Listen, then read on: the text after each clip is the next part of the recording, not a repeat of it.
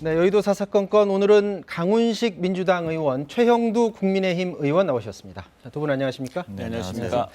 자, 먼저 이명박 전 대통령 지난주 목요일에 대법원에서 선고를 받았습니다. 징역 17년형 그대로 유지가 됐는데 당시 이제 선고 장면을 다들 보셨을 테고 지금은 재수감됐다라는 소식까지 전해졌는데, 자, 이명박 전 대통령이 그 대법원 선고 직후에 법치가 무너졌다, 진실은 반드시 밝혀질 것이다라고 하면서 대법원 선고를 부정하는 듯한 그런 발언을 했거든요. 이번 일련의 과정 보시면서 무슨 생각이 들으셨는지요? 먼저 최형두 의원님. 네, 직전 대통령이 이 헌정사상 초유의 탄핵을 거쳐서 영어의 모험이 되어 있는 상태에서 또다시 그 전직 대통령이 네. 이렇게 다시 수사를 받고 수감됐다가 풀려나 다시 수감됐습니다. 세계 문명국가 정치 사상 아주 전례가 없는 불행한 일이고 국민의 불행이라 생각합니다. 이 앞서 이제 지금까지 보면은 전직 대통령들이 전부 다 네. 퇴임 후에 불행한 일을 겪어왔습니다. 이런 일이 계속 반복되고 있는데 딱 한 분 이제 김대중 대통령만 직접 그 퇴임 후에 다른 일은 안 겪으셨지만 사실은 그 가족들이 그 엄청난 범죄 혐의에 연루돼 가지고 큰 이제 수모를 겪게 됐습니다. 그래서 이런 것이 계속 반복되고 있는데 앞서 전두환 노태우 대통령 같은 경우는 이제 12.12 5.17 그 사태, 군사 쿠데타 이것 때문에 내란죄로 이제 처벌받지 않았습니까? 네. 각각 무기징역과 17년을 받았지만 모두 2년 만에 다 이제 석방되었습니다. 그래서 지금 이 사태는 이제 더 이상 사법적으로만 재단할 문제는 아니고요.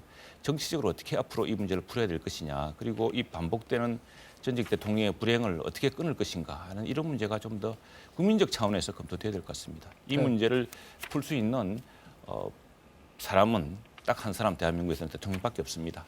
대통령밖에 이 문제를 풀 사람은 없다라는 말씀을 하셨고, 자, 민주당에서는 이번 사안과 관련해서 자녀 범죄를 끝까지 처벌해야 된다라는 말, 그리고 국민의힘에 대해서는 대국민 사과를 지금 요구하고 있지 않습니까? 거기에 대해서 지금 국민의힘이 정확히 답변을 안 하고 있는 것 같아요. 대국민 사과는 좀 미뤄둔 상태인데 거기에 대한 입장 어떻습니까? 일단 어쨌든 말씀대로 우리 최영도 의원님 말씀대로 국가적으로는 참 불행한 일이고요. 네. 전직 대통령이 그런 것에 그리고 2007년 검찰 조사, 2008년 특검 이 수사 결과가 그때 무관하다, 근거 없다 이렇게 결론을 내린 지 13년 만에 대법원 선고가 난 겁니다. 네. 그런데 그 13년 만에 대법원 선고 난 것도 마치 잘못된 것처럼 이명박 대통령께서 들어가시면서 말씀하신 것도 굉장히 유감스러운 일이다. 네. 오히려 진실이 너무 늦게 알려진 것에 대해서 국민들께 송구하게 생각하고 국민들께 죄송하게 생각하는 마음으로 들어갔어야 된다. 저는 이런 생각이 듭니다.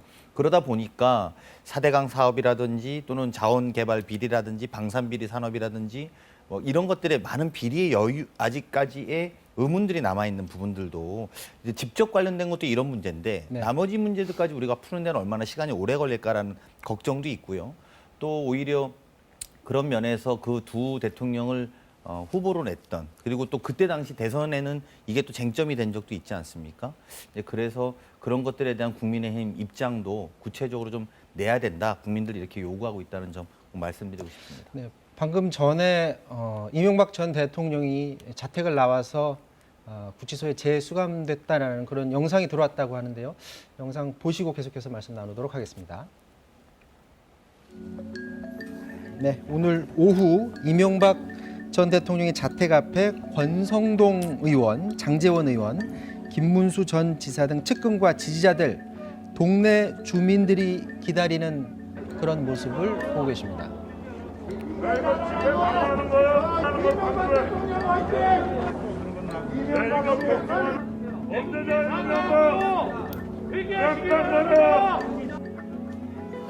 네, 1시 47분 이명박 전 대통령이 탄 차량이 경호를 받으면서 자택에서 나오는 그런 모습입니다.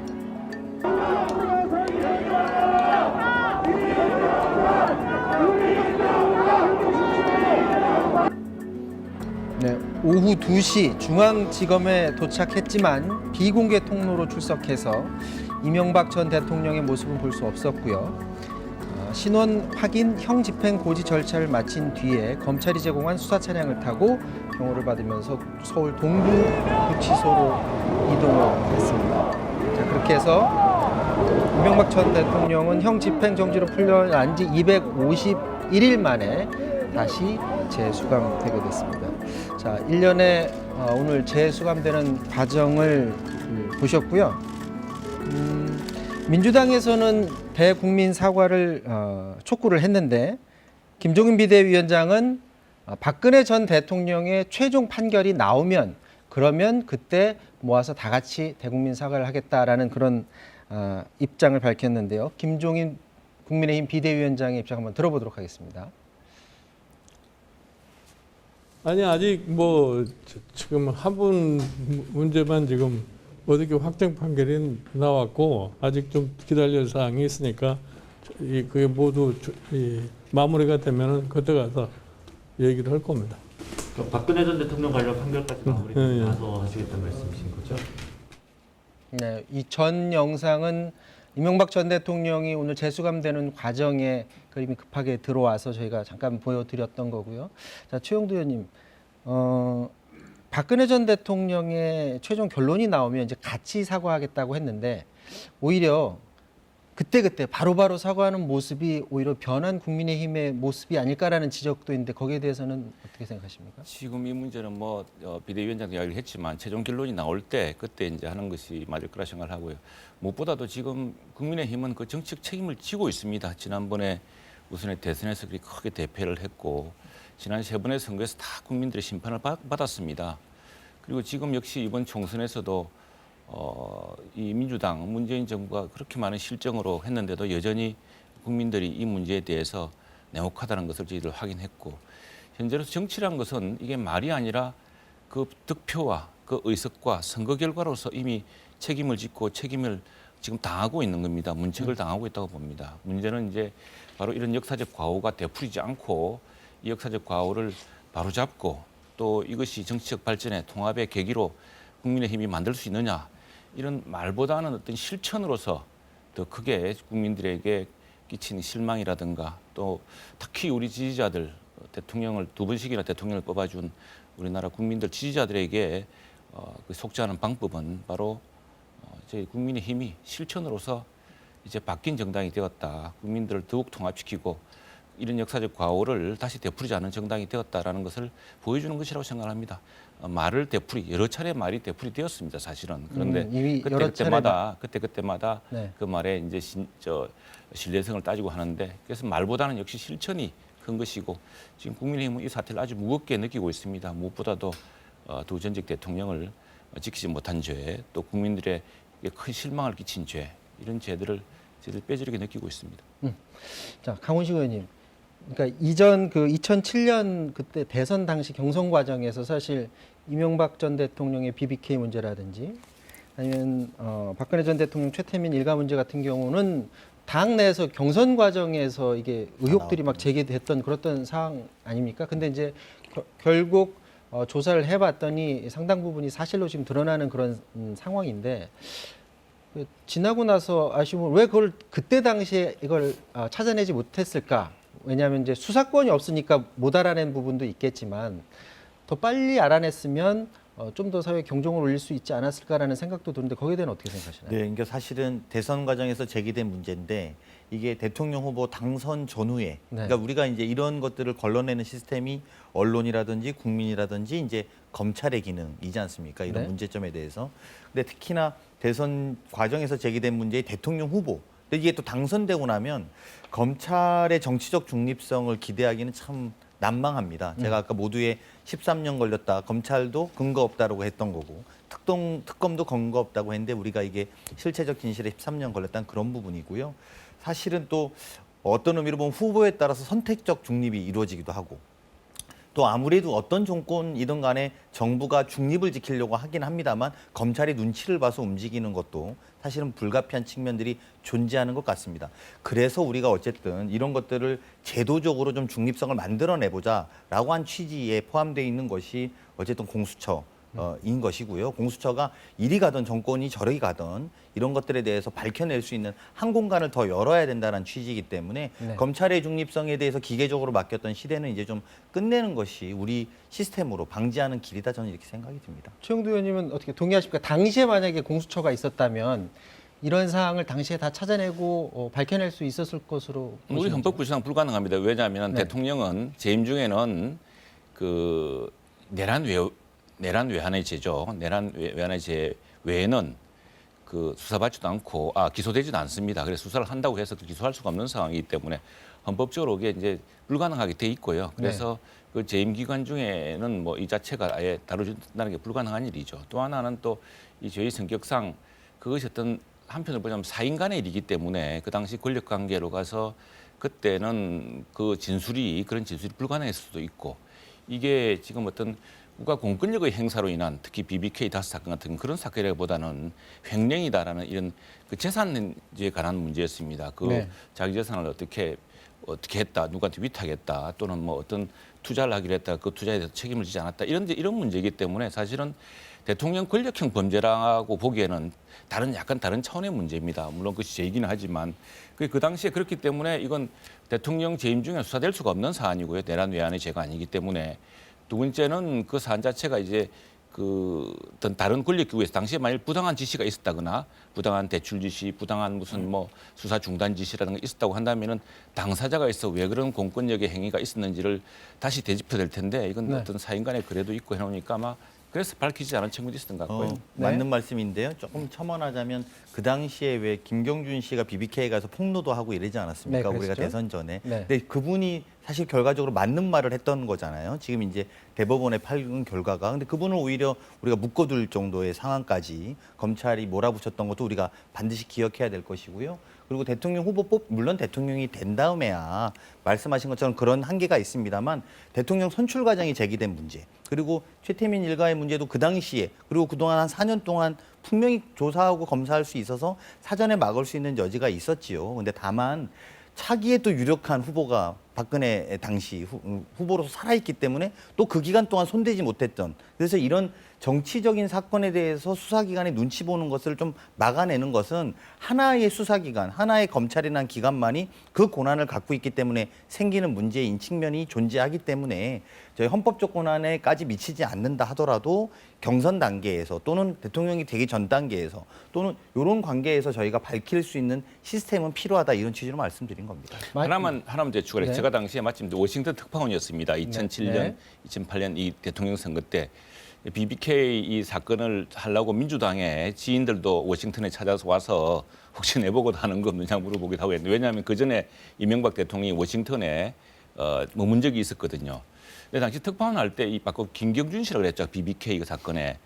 김경준의 씨의 누님이 누구냐면 에리카 김이라는 사람입니다. 이 에리카 김이 당시 저희 특파원 사무실에 팩스를 보내왔어요. 자기들이 맞죠. 기자회견을 하겠다고. 그런 적이 있습니다. 그래서 사실 당시에 언론이 에리카 김의 그 진술에 따라서 대선 판도가 바뀐다고 생각을 했습니다. 에리카 네. 김은 BBK 사건에서 김경준이라는 사람보다 먼저 이명박 당시에는 전 서울시장이었죠. 시장과 교분이 있고 BBK가 시작된 사안입니다. 그래서 이분의 폭로에 따라서는 정말 엄청난 판도 변화가 있겠다고 해서 저도 밤새 비행기 타고 LA까지 갔습니다. 네. 근데 이분이 언론 보도 그 기자회견을 취소를 했어요.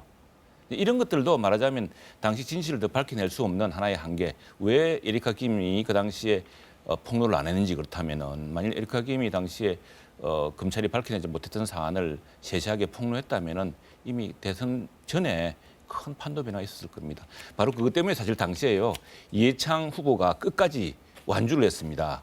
왜냐하면은 BBK 때문에 낙마할지 모른다는 것. 그래서 그 당시에 굉장히 여러 진술이 나왔으면 사건이 바뀌었을 텐데 끝까지 진술이 안 나왔고 그 과정에 이해창 후보가 끝까지 완주했는데도 불구하고 이명박 대통령이 당선이 됐죠.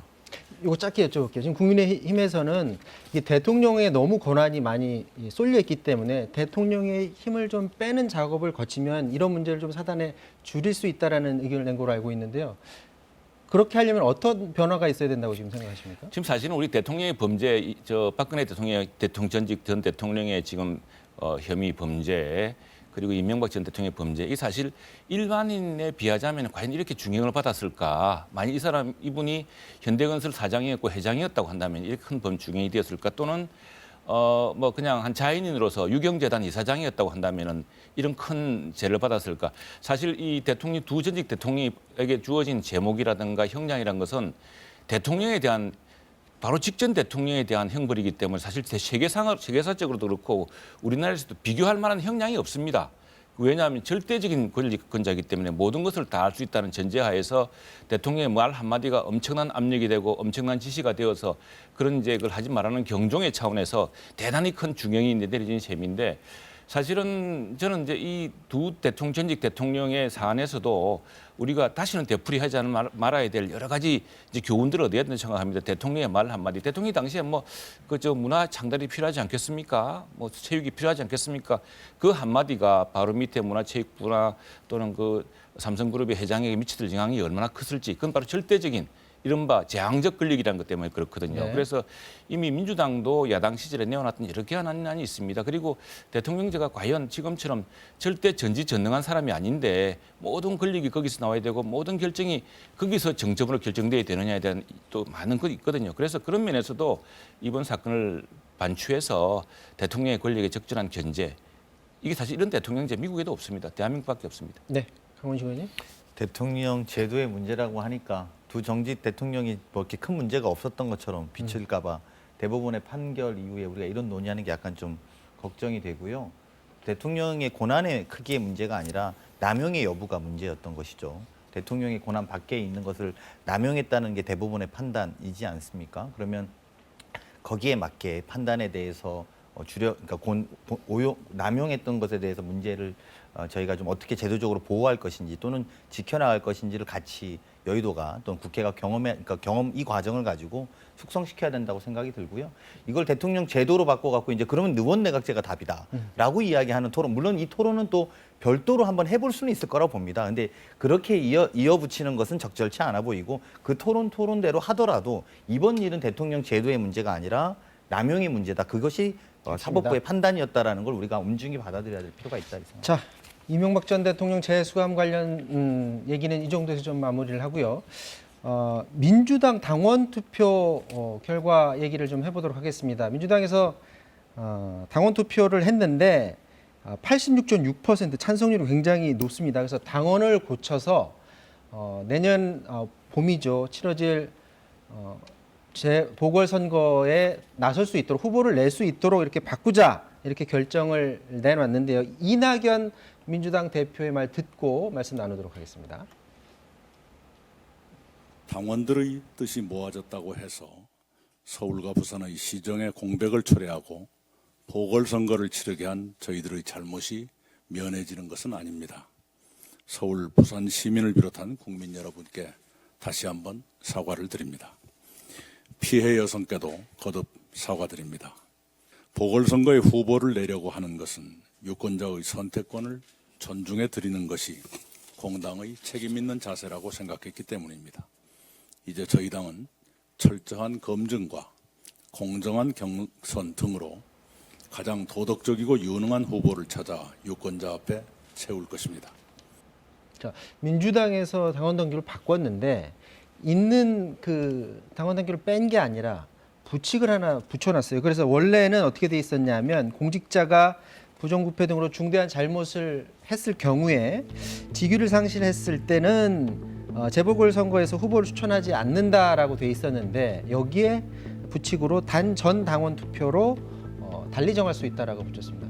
저걸 그냥 통째로 빼면 되는데 굳이 저걸 한 문장을 더 붙인 이유가 저걸 뺐을 때에 혹시 비난을 우려한 것 아닌가 이런 얘기도 나오는 데는 어떻게 생각하십니까? 네, 뭐 그런 것들도 있을 거라고 저는 보는데요. 네. 사실은 이제 저게 야당에서도 주장하고 있습니다만 문재인 대통령이 당시 당대표 때 네. 고성 군수 재보궐선거에 가서 이야기한 것을 야당 그 지도부들이 영상도 틀어주고 이랬는데요. 네.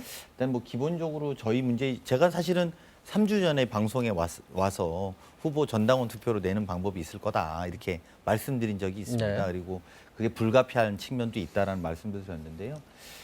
저희로서는 어쨌든 주말간에 21만 명이 권리당원이 투표를 해서 86% 지지를 했다라는 점에 대해서 사실은 당의 의무이기도 합니다. 그래서 이제 저런 것들을 부칙 조항으로 저희가 좀 피해 나간다. 어떻게 보면 이제 그렇게 단서는 달았습니다만 기본적으로 후보를 내고 국민의 선택을 맡기겠다라는 것이고요. 아까 우리 최영도 의원님도 그 말씀 중간에 그 두 대통령이 잘못돼서 본인들이 선거에서 많이 요즘 힘들게 당선 많이 되지 못한 후과를 보고 있다라는 것처럼 네. 그런 국민의 선택의 결과로 저희들 받아들여야 되겠다라고 마음을 먹은 것이고요.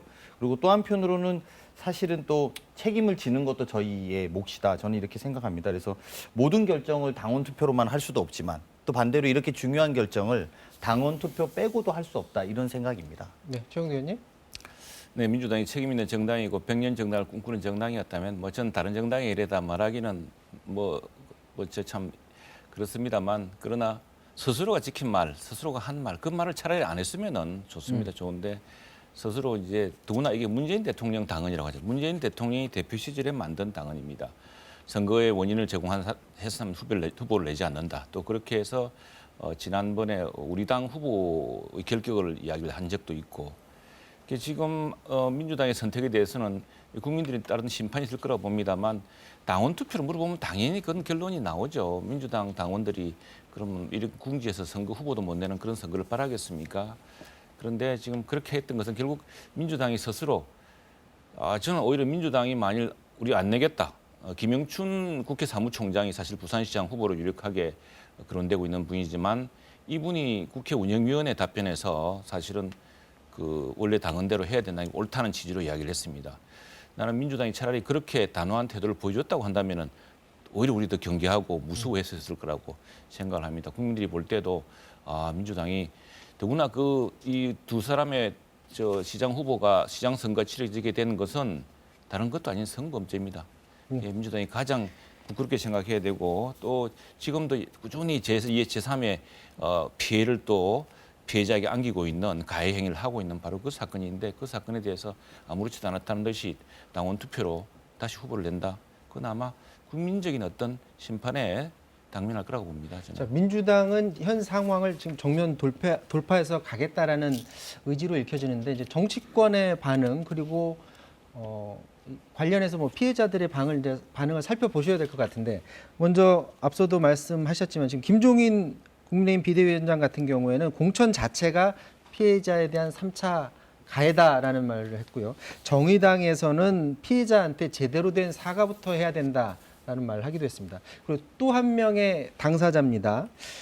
이 고 박원순 시장 성추행 의혹 피해자도 입장을 냈는데요. 뭐라고 했냐면 도대체 뭘 사과하는지 그 부분에 대해서 밝혀달라라는 공개 질의를 했습니다. 그러니까 이런 특히 이제 그런 피해자의 요구 여기에 대해 좀 답변을 좀 내놓으셔야 될 것 같아요. 그러니까 뭐 당원 투표로 후보를 공천하겠다고 해서 저희들의 잘못 자체가 면해진다고 저는 생각하지는 않습니다. 네. 그리고 그런 건 당연히 존재하고 그래서 오늘 후보를 공천해야 되는 또 공천하겠다는 말을 하면서도 당대표가 계속 피해 여성께 죄송하다 사과를 밝힌 이유도 저는 거기에 있다고 생각합니다. 그리고 저도 뭐 개인적으로 충분히 송구스러운 마음을 가지고 있다 이런 생각 말씀드립니다. 다만 이제 저희가 이제 당으로서 어쨌든 윤리감찰단이라든지 신고센터 설치라든지 교육 강화라든지 몇 가지의 또 오늘 같은 대안들도 좀 제시한 것은 현재 이 잘못된 구조적인 문제를 극복하는 것이 더 근본적인 저희가 갈 길이라고 생각하고요. 또 이런 과정 속에서 이런 더 이상의 피해가 없도록 만드는 당 체제를 정비해서 앞으로 후보를 내겠다라는 그런 의지로 좀 읽어주셨으면 하는 바람입니다. 네, 정 의원님. 네, 어쨌든 이 사안은 민주당이 책임 있는 정당으로서 분명히 더구나 180석의 여당으로서 어떤 책임을 지는가를 보여준 사건이고 국민들이 이제 큰 판단이 따를 것으로 생각을 합니다. 오히려 지금 보궐선거 해봐야 1년밖에 안 남습니다. 만일 민주당이 저는 그 당시 선택을 우리는 원칙에 철저하겠다. 정말 송구하다고 했으면은 저는 오히려 다음 서울시장 선거 바로 곧이어 1년 만에 다시 치러집니다. 본선거가 이 보궐선거 부평시장은 임기는 1년 정도밖에 안 되는 거 아닙니까 지금? 그런데 그 다음 선거까지 이제 오히려 더 큰 반전을 볼 수 있는 사안인데 남의 정당에서 한 사안을 제가 뭐라고 다 이야기하기 어렵습니다만 국민에게는 앞뒤가 안 맞는 모습을 분명히 보여주었다라는 점은 분명합니다. 자, 그럼 국민의힘에 좀 여쭤보도록 하겠습니다. 민주당은 상황이 그렇고 국민의힘도 이제 내년 4월을 지금 준비하고 있습니다.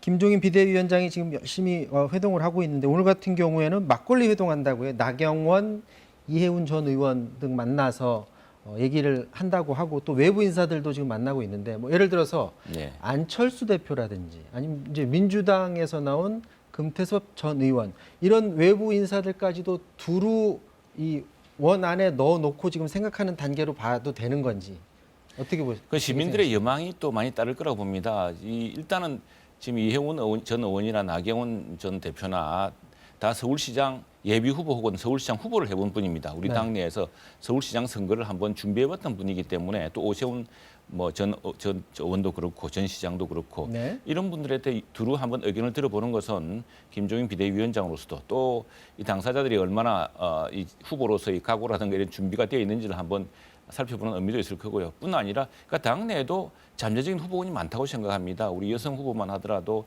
현직 구청장, 전직 구청장도 있고 또 전현직 의원들도 있고요.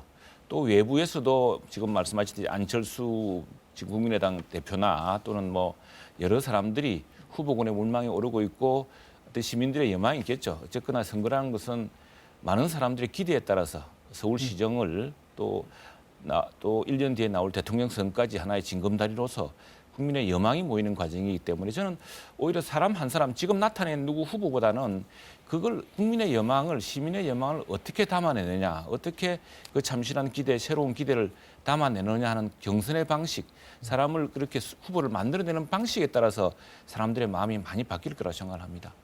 민주당은 이제 뭐 이제 나선다고 했으니까 앞으로 뭐 어떻게 검증할지도 정해야 되고 네. 해야 될 지금 많은데 강훈식 의원한테 이거 여쭤볼게요.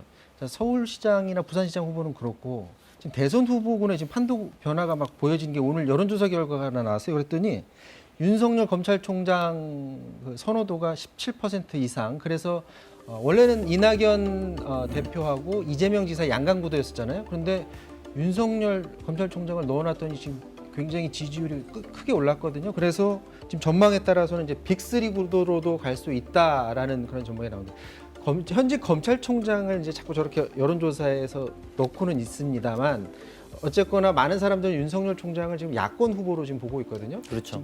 들어온 것에 대해서는 어떻게 생각하십니까? 아니 뭐 저는 지난번 국정감사 기간 동안 윤석열 총장이 보여준 약간 단호한 모습, 뭐 정치를 할 수도 있겠구나 이런 게 아마 보수 진영에 또는 뭐 우리 국민의힘을 지지하는 분들에게 후보가 될 수도 있겠다라는 메시지로 읽힌 것에 대한 결과가 아닌가 생각이 들고요. 근데 이제 다만 좀 생각해봐야 되는 몇 가지들은 일단은 뭐 그 국민의힘으로서는 좀 안타까울 것 같고요. 왜냐하면 본인의 자당의 혁신으로 좀 후보가 좀 잘 돼야 되는데 좀 자꾸 외부에 있는 인물들이 더 거론되는 것이 좀 안타깝다 이런 생각 들고요. 또 한편으로는 사실은 지난 대통령 선거 이후에 홍준표 후보를 필두로 해서 당시 의원이죠 지금은 홍준표 의원을 필두로 해서 황교안, 뭐 오세훈, 김병준 1위 후보들이 대략 그랬습니다. 그리고 이제 아니면 다 아웃시켰던 과정들이 있거든요. 그래서 이것도 그냥 종착점은 아닐 가능성이 높아 보인다. 그래서 빨리 당의 혁신으로 이렇게 좀 제대로 된 후보를 좀 나오면 그러면 저희들로서도 좀 더 이것이 고착화되지 않을까라는 생각을 할 텐데 아직까지는 좀 윤석열 총장 국민의힘도 입장이 좀 아직 애매하지만 소위 야권 후보로 자리 잡기에는 좀 더 지켜봐야 되는 것 아닌가 이렇게 생각이 듭니다. 최영도 의원 지금 이거 지적하셨는데 네, 안타까운 부분은 그걸 얘기하잖아요. 그러니까 자당에 지금 없는 두드러지는 사람이 없는 부분. 근데 이제 그 결국에는 국민의 여망, 이게 대통령이라는 건 하늘이 내린다고 하지 않습니까? 네. 그건 사실은 시대 정신이라고 하기도 하겠고 어떤 국민의 여망을 모으는 과정이라고 봅니다. 윤석열 검찰총장이 저렇게 된 건 사실 국민의 여망 일정 부분 모인 대가고 모인 과정이기도 하고 또 한편으로 민주당이 만들어준 겁니다. 민주당이 나가서 정치하라고 지난번 국정감사에서 몰아내기 위해서 얼마나 했습니까? 그런데 윤석열 총장의 죄랄까요? 이 정부에 찍힌 죄라고 한다면 살아있는 권력을 수사한 죄밖에 없습니다. 이전에 이제 박근혜 정부 때도 살아있는 권력을 수사를 했고 이번에 문재인 대통령 때도 살아있는 권력을 수사했는데 그 수사했다는 것 때문에 지금 이렇게 민주당이 공격을 받고 있고 그 때문에 국민들로부터 오히려 검사로서 존경을 받고 있는 겁니다. 그 과정인데 그런 여망, 그러니까 사람들이 바라는 여망은 뭐냐면은 좀 엄정하고 공정하고 정말 살아있는 권력, 이런 비리에 대한 단호한 것들, 그런 것들을 원하는 것이라 생각을 합니다. 그리고 지금 국민의힘으로서는 아직까지 그 윤석열 총장에 버금갈 만한 후보가 없습니다만 그러나 아직도 1년여 시절이 남아있고 국민의 여망이 무엇인가를 잘 알고 있기 때문에 아까 말씀드렸다시피 국민의 여망에 맞는 후보를 뭐 윤석열 총장이 저는 후보로 나올 거라고는 좀 생각하지 않고 있습니다. 윤석열 총장은 오히려 살아있는 권력을 수사한 대한민국의 용기 있는 검사와 검찰총장으로서 임기를 마쳐주기를 바라고요. 그럴 경우에 과연 그 다음 레이스에 뛸 수 있는 시간이 있을지는 모르겠으나 그러나 우리가 윤석열 총장을 대하는 국민의 여망에서 보여줬던 점들 그런 점들을 우리 당내에서 수렴할 수 있도록 또 새로운 과정을 통해서 신인들도 발굴하고 이미 한번 경험 있는 사람 중에서 다시 한번 경륜을 발휘할 수 있도록 네. 그런 경선의 룰이 참 중요하지 않을까. 국민의 여망을 모아나가는 과정이 앞으로 1년 동안 과제다 생각을 합니다. 자, 최영두 의원님은 윤석열 총장이 이쪽 대선에 나서지 않을 것이다 이렇게 예상을 했는데, 자, 윤석열 총장이 이 국감 기간에 퇴임 후 무엇을 할지, 어떤 봉사를 할지 고민해 보겠다라는 말, 그 말이 남긴 여운이 이 국민들에게 있다는 점, 과연 검찰총장이 앞으로 어떤 행보를 보일지 국민들의 관심이 굉장히 큽니다. 자, 지금까지 강훈식 최영두 의원과 말씀 나눴습니다. 두 분 말씀 고맙습니다. 그렇습니다.